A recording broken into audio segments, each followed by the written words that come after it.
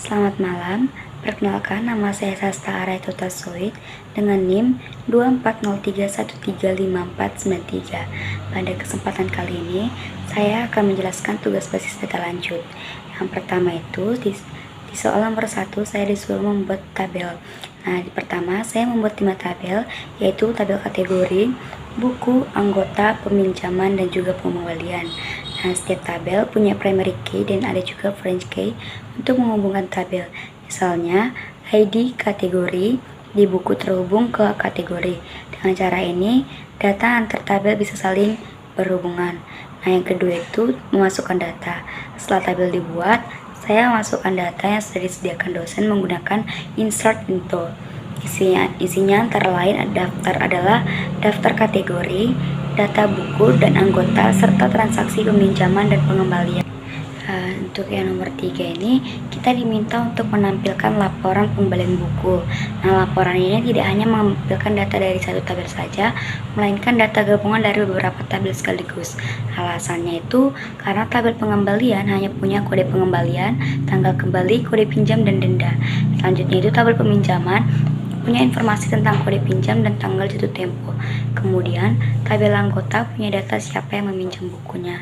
Nah, tabel buku itu menyimpan judul dan nama pengarang, dan yang terakhir itu tabel kategori menyimpan jenis buku, misalnya teknologi, sains, komik.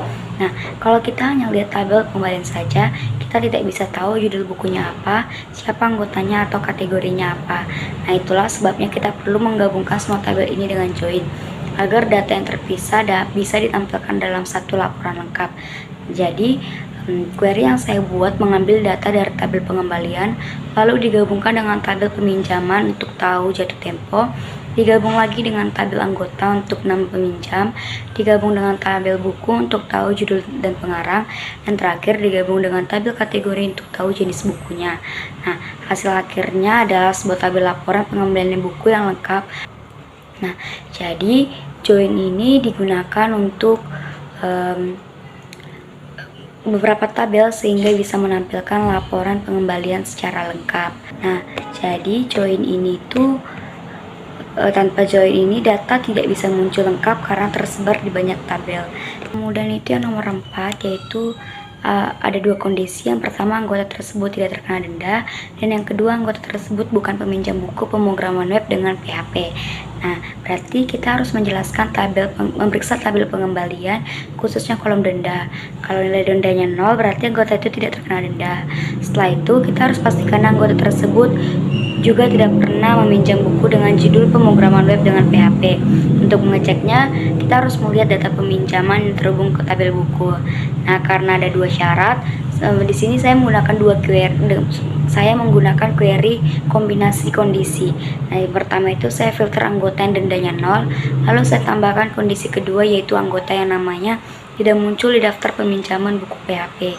Nah, dengan cara ini hasil akhirnya akan menampilkan anggota-anggota yang benar-benar lolos kedua kondisi, yaitu mereka tidak punya denda dan mereka juga bukan peminjam buku pemrograman web dengan PHP. Baik, kesimpulan dari video saya ini yaitu nomor 1 membuat tabel, nomor 2 mengisi data, dan nomor 3 membuat laporan dengan join, dan nomor 4 menyeleksi anggota dengan kondisi tertentu. Baik, sekian video penjelasan dari tugas basis data lanjut saya, dan apabila ada kesalahan dalam pengucapan kata, saya minta maaf. Terima kasih dan selamat malam.